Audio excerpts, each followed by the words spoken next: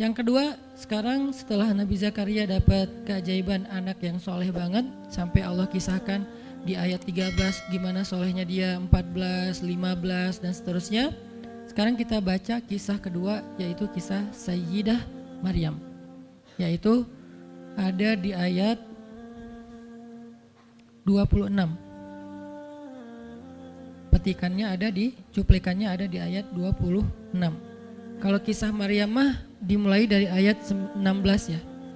Tapi yang masalah diam itu ada di ayat 26, 27, 28 dan 29. Bismillahirrahmanirrahim. Silahkan.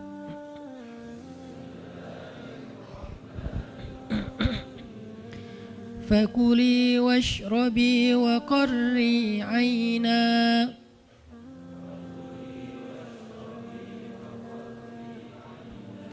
fa imma tarayinna minal bashari ahadan fakuli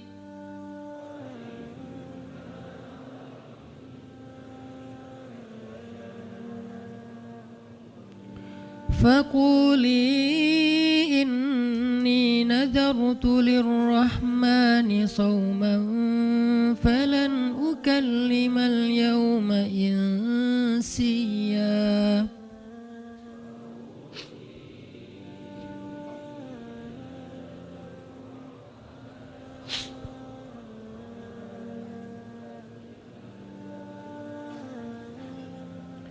فأتت به قومها تحمله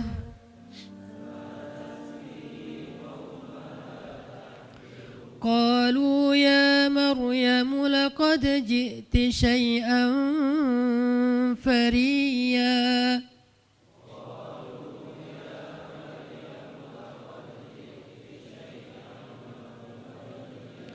يا أخت هارون ما كان أبوك امرأ سوء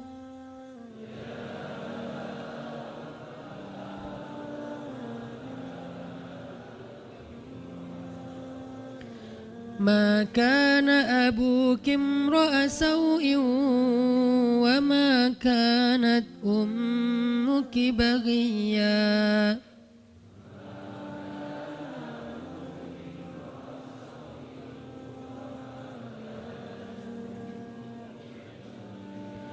فأشارت إليه قالوا كيف نكلم من كان في المهد صبيا.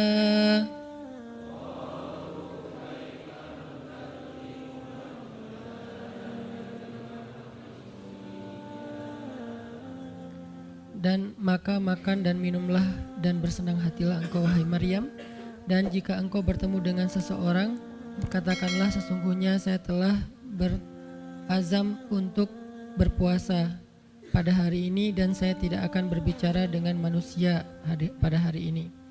Lalu Maryam pun datang kepada kaumnya sambil menggendong bayinya. Kaumnya berkata, wahai Maryam, engkau datang kepada kami dengan membawa kalau bahasa kita itu pembawa apa istilahnya, sial apa ya, dengan membawa keburukan, jadi kayak dianggap pembawa kesialan.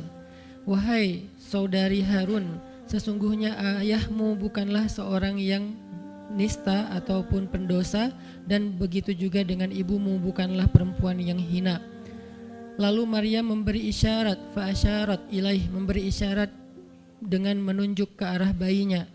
Lalu mereka berkata, bagaimana kami akan berbicara dengan seorang bayi yang masih digendong oleh ibunya, maksudnya masih terlalu kecil. Ini adalah cuplikan adegan Maryam ketika baru pulang kampung. Jadi ceritanya di ayat sebelumnya, ketika kandungan Maryam semakin besar dan enggak bisa disembunyikan dari penglihatan manusia, Maryam pun pergi menjauh ke sebuah tempat yang tidak ada siapa-siapa. Fahamalathu fantabadat bihi makanan qasiyya. Dia menjauh, mengucilkan diri ke tempat yang nggak dilihat oleh siapa-siapa sampai melahirkan. Jadi kurang lebih sekitar 3 bulan 4 bulan Maryam nggak ada di Al-Quds, nggak ada di di Masjidil Aqsa dan sekitarnya. Dia pergi mengasingkan dirinya supaya tidak ada yang menghujat Maryam karena ngelihat perutnya sudah semakin besar dan dia nggak punya suami. Setelah melahirkan, akhirnya Allah perintahkan Maryam untuk pulang. Setelah Allah ngasih makan, minum dan kebahagiaan buat Maryam, fakuli washrobi wa qarri aina, dengan adegan korma yang menjatuhkan buah-buah rutop dan seterusnya, pulanglah Maryam. Nah, Maryam tahu ketika dia pulang dengan membawa bayi, dia pasti akan dihujat, dicela, dicaci maki, dibully oleh kaumnya. Lalu Allah memberi kepada Maryam bekal. Gimana cara ngadepin yang kayak gitu-gitu? Kata Allah, kalau kamu ketemu manusia, ketemu orang-orang, ketemu kaummu, bilang ke mereka, saya tidak berdebat hari ini. Saya nggak akan berdebat. Jadi dia tetap bisa ngomong. Tapi dia bilang, saya nggak akan berdebat. Saya nggak akan bicara dengan siapapun hari ini karena saya sudah bernazar untuk diam. Bilang kayak gitu kepada kaummu. Maka fa'atat bihi qaumaha tahmiluh. Maka datanglah Maryam kepada Al-Quds, kepada kota Al-Quds dengan membawa bayinya yang digendong. Datang. Baru dari ujung kota kelihatan Maryam, muncullah orang-orang Bani Israel semuanya rame di pasar-pasar mereka, semuanya menghadang Maryam. Maryam tiba-tiba dihadang di gerbang kota Al-Quds. Gak boleh masuk kota Al-Quds.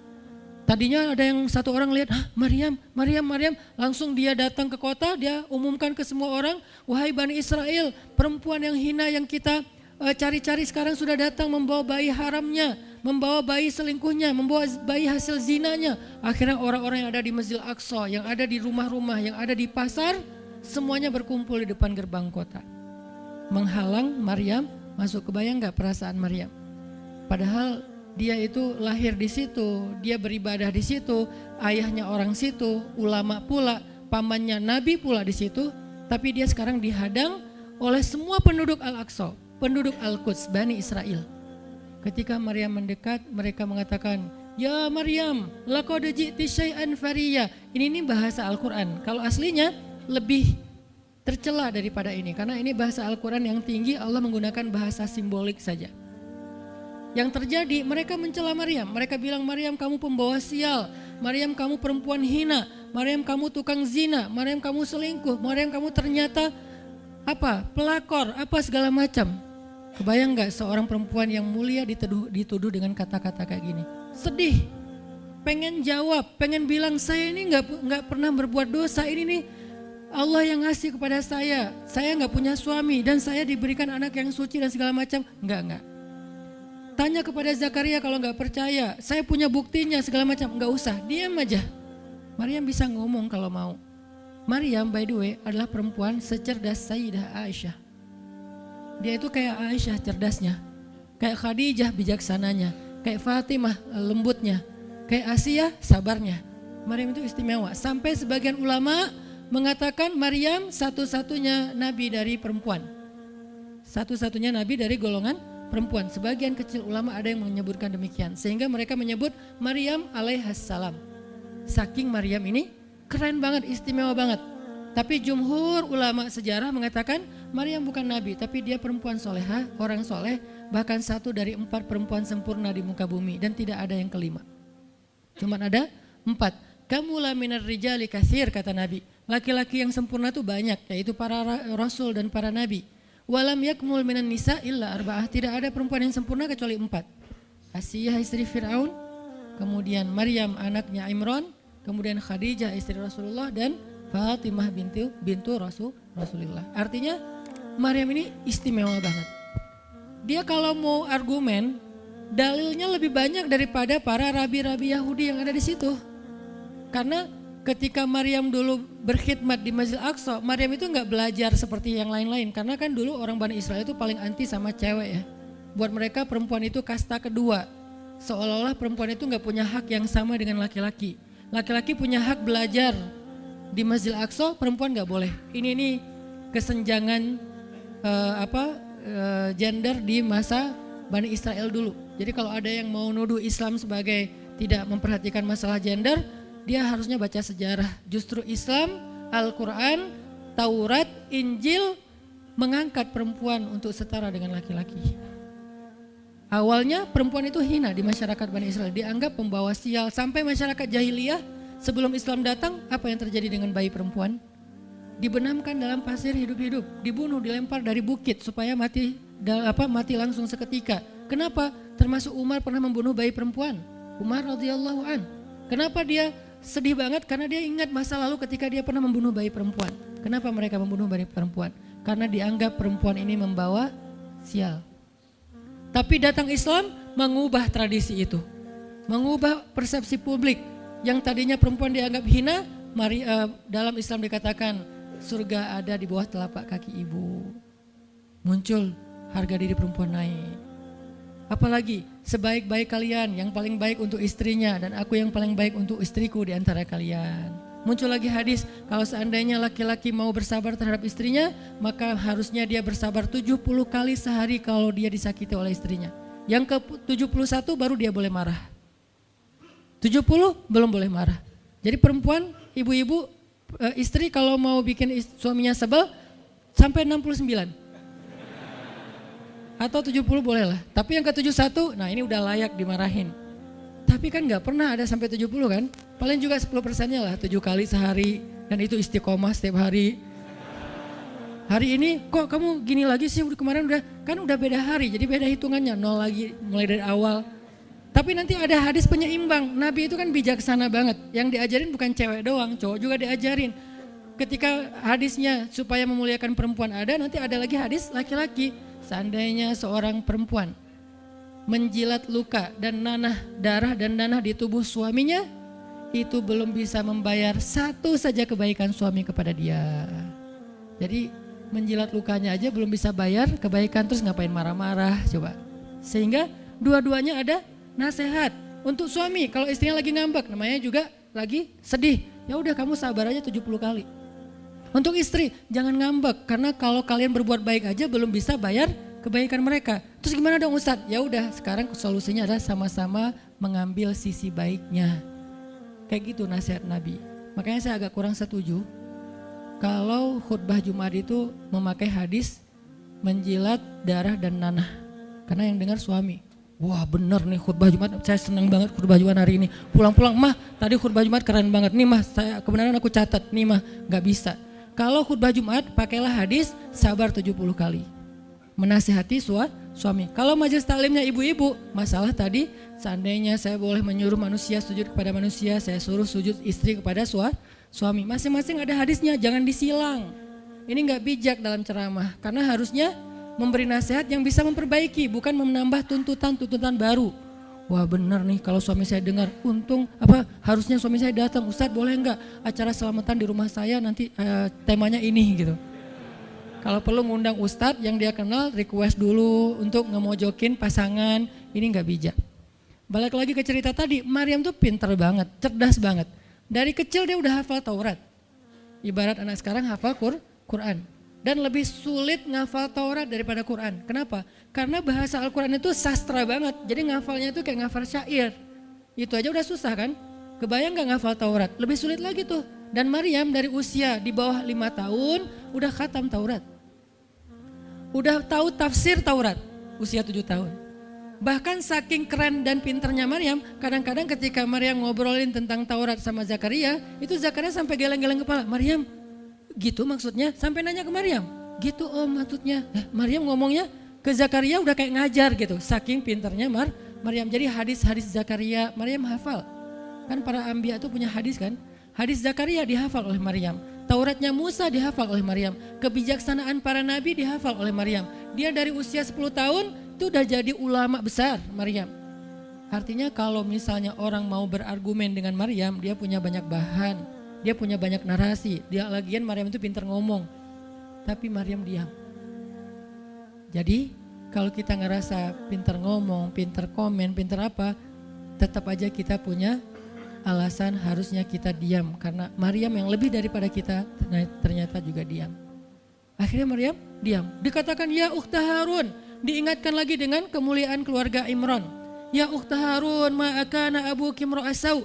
Wa makanan ummuki bagiyah. Ayah kamu itu Imran loh Maryam, kamu enggak malu punya bayi di luar pernikahan sementara keluarga kalian itu keluarga baik-baik? Apa kamu tega menyakiti ayahmu, mencoreng nama besar dan nama baik keluarga besarmu? Dan seterusnya. Maria makin luar biasa, panas banget, sedih banget. Dan Maryam itu yang lebih berat lagi teman-teman. Mungkin kalau kita digituin agak kebal ya.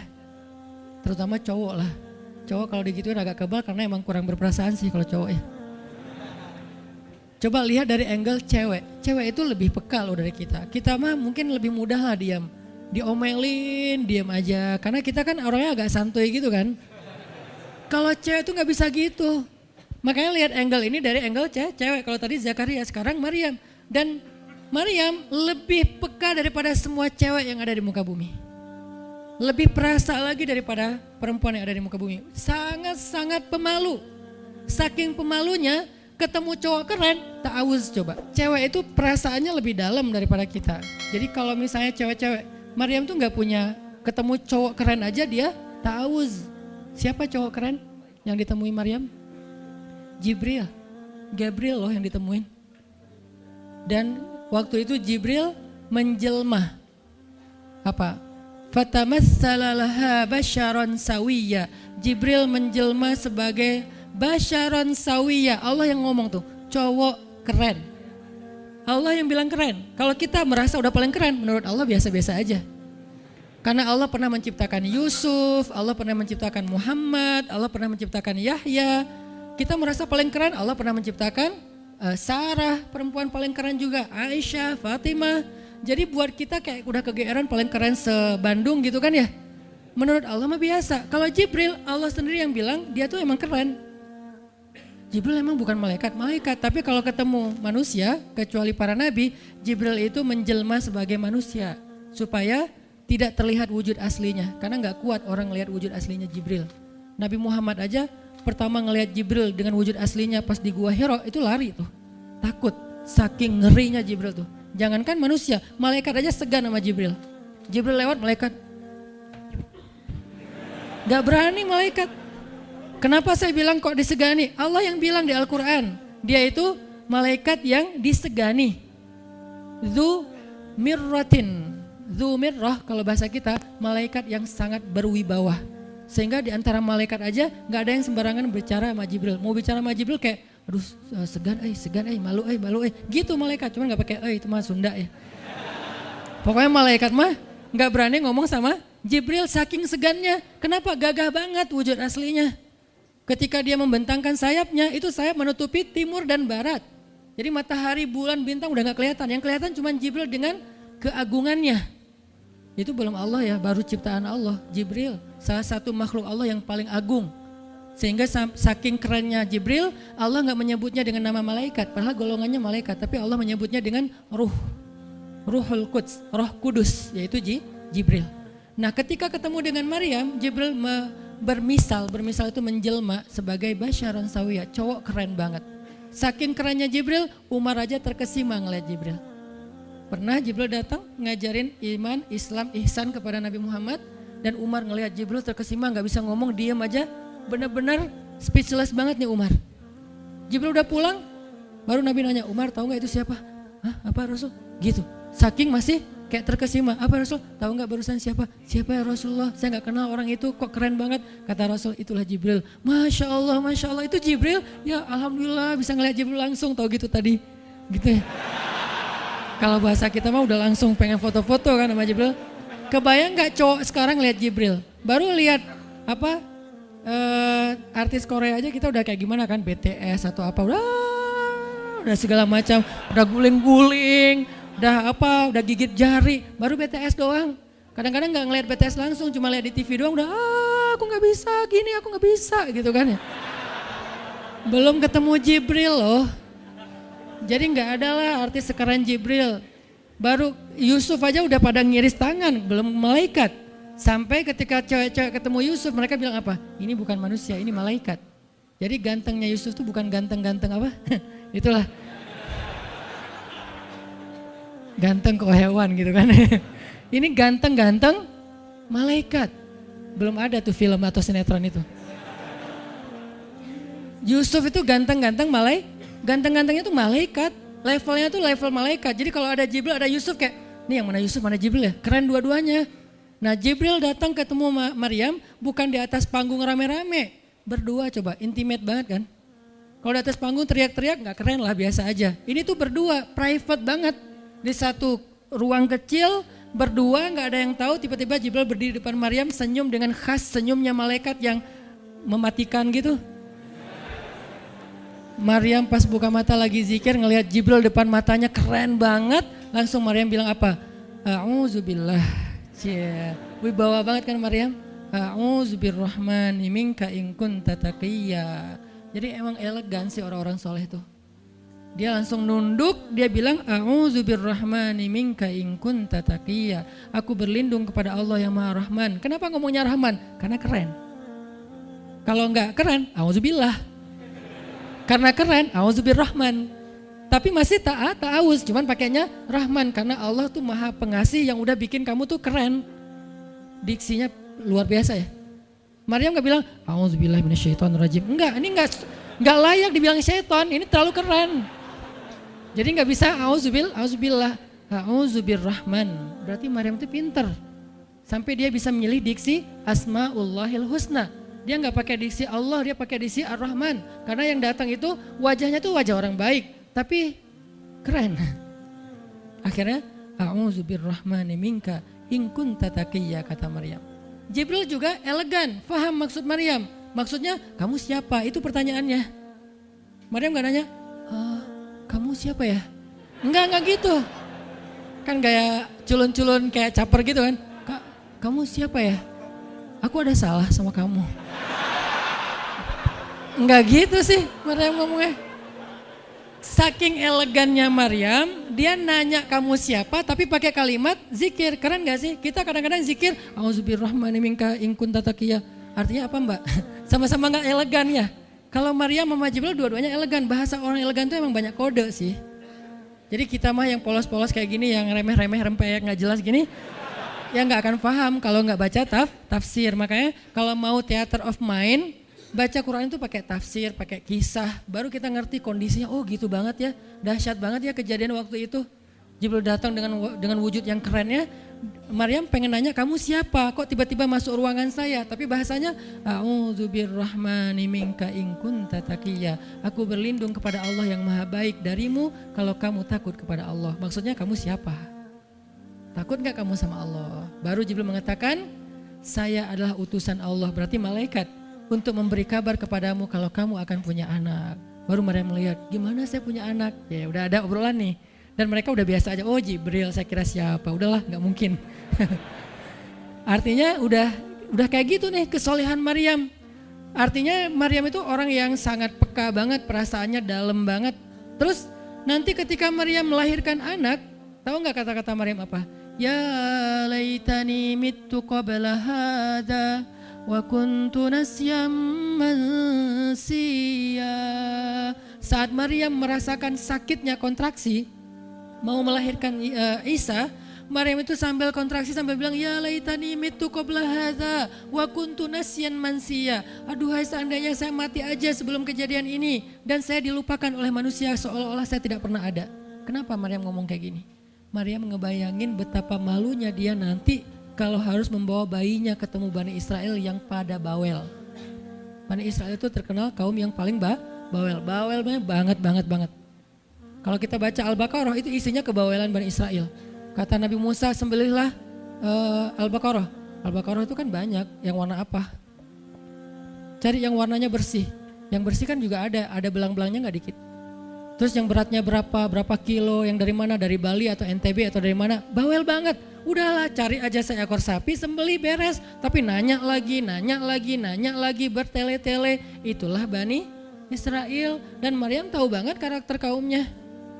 Jangankan dengan fitnah kayak gini nih, ketemu Nabi yang udah menyampaikan hal yang benar aja, itu di debatnya tuh habis-habisan. Apalagi dengan kondisi Maryam. Makanya Maryam takut banget, dia nggak kuat menanggung malu. Kalau kita mungkin masih kuat lah nanggung malu, kadang-kadang malah malu-maluin gitu kan. Kalau Maryam nggak kuat nanggung malu, berarti orang yang seperti ini harusnya kan berat banget untuk diam kan, nggak akan kuat diam, harusnya dia ngomong gitu, dia belain diri. Tapi Maryam itu sisi lainnya adalah perempuan yang mukminah, siddiqah, sangat yakin sama Allah. Allah suruh diam, ya udah diam. Gimana pun dihujat, diam. Kata Allah diam, diam. Ya Allah mereka bilang saya itu berzina, diam. Ya Allah bilang ini anak haram, ini anak saya nih, anak yang mulia. Anak yang satu-satunya ketika lahir nggak disentuh setan di antara manusia loh. Satu-satunya manusia ketika lahir nggak disentuh setan. Nabi Muhammad setannya malah diislamkan. Beda, kerannya itu beda. Kalau Isa nggak disentuh setan. Kalau Nabi Muhammad setannya malah masuk Islam.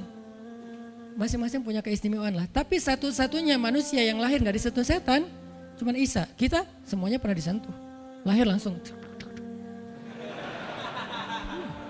Apa sih lo datang-datang ke dunia nggak nama-namain kerjaan gua gitu kan. Kita nih orang biasa, jadi pas lahir tuh udah ada langsung setan bisik-bisik, yuwas bisufi sudurinas, makanya disuruh azan kan. Karena kenapa? Biar nggak dibisikin sama setan. Dan kalau bisa suara azan kita harus lebih lembut daripada suara setan, karena setan juga kayak nge-tricky gitu. Saya ibu kamu.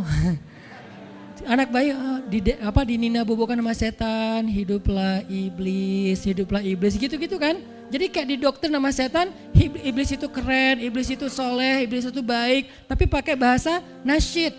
Lagunya tuh kayak akustik gitu, lembut banget gitu kan. Makanya suara muazin kalau azanin anaknya yang lembut, jangan azan Allahu Akbar, asyhadu alla ilaha illallah. Dia malas ke masjid nanti kalau udah dewasa. Kenapa? Gue malas banget dengan suara ini nih. Salahnya siapa coba? Salah ayahnya.